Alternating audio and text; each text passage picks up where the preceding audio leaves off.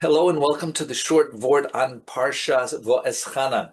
And we have two short Divrei Torah from Chasam Sofer, 1762 to 1839. We have from that's with Moshe Sofer, then we have Meir Leibush, then Yechiel Michel, the Malbim, who lived from 1809 to 1879.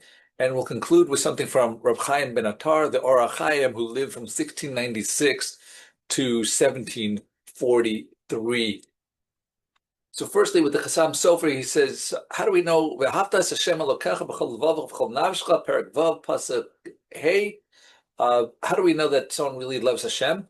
Now, a lot of times people start serving Hashem more properly when they have different tribulations, whether they're old, they're sick, or they're poor. So it could be what they're acting properly because they have no other choice, or for not right motivations, they just want Hashem's help. How do we know when someone loves Hashem fully and for the right reasons, and that's why they're serving Hashem properly?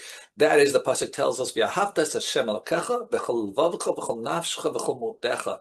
Three different things. When someone is there with their full strength, their full koach, when they have their money, when their life is good, if they're serving Hashem properly, then you know that it's really the proper va'ava.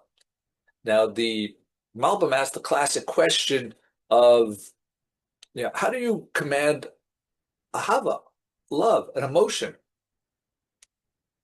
So he answers that the pasuk tells you the answer.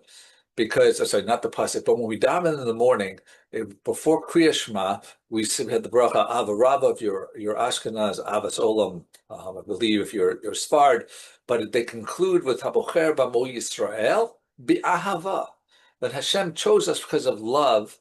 So then he tells us V'ahavta es Hashem Elokecha, and when someone knows that someone else loves them, they're more inclined to love them back. So that's the way that we have a way to make it easier for us to love Hashem, because we know Hashem loves us. He chose us out of His love. Finally, we have it with the Ohr Hachaim. So what exactly is this love that we have to have? How deep should it be? How should we measure it?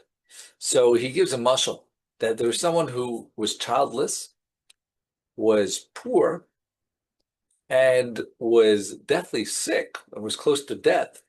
If then a Navi of Hashem came and said that Hashem said that you're going to be healed, and your wife is pregnant with a son, and that you're going to either have a big business deal or make a lottery, but you're going to become rich. How happy would this person be then?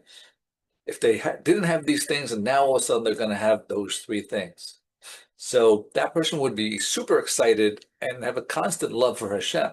So that's how we're supposed to act. And that's what the pasuk tells us. V'ahavta es Hashem Elokecha b'chol levavcha. B'chol levavcha is when you have children, I guess someone to love. And there's a diak that he makes, that each of these say b'chol, that it's, you have to make the full parallel of the message of the mashal, that as if, not just that you have children, but you should imagine if you didn't have children and then you had children, how would you act?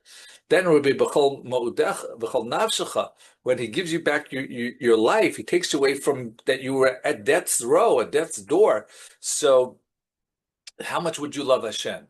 And finally, b'chol mo'udecha, if you didn't have money and now Hashem gave you all the money that you desired, how much would you love Hashem? That's how much you should love Hashem. And you have to realize, as we said before, that Hashem loves us so much because, He says, Habocher B'Amo Yisrael Bi'ahava. No one loves us like Hashem, and we should love Him back. Thank you for listening. Like, share, and subscribe. Have a wonderful week and a wonderful Shabbos.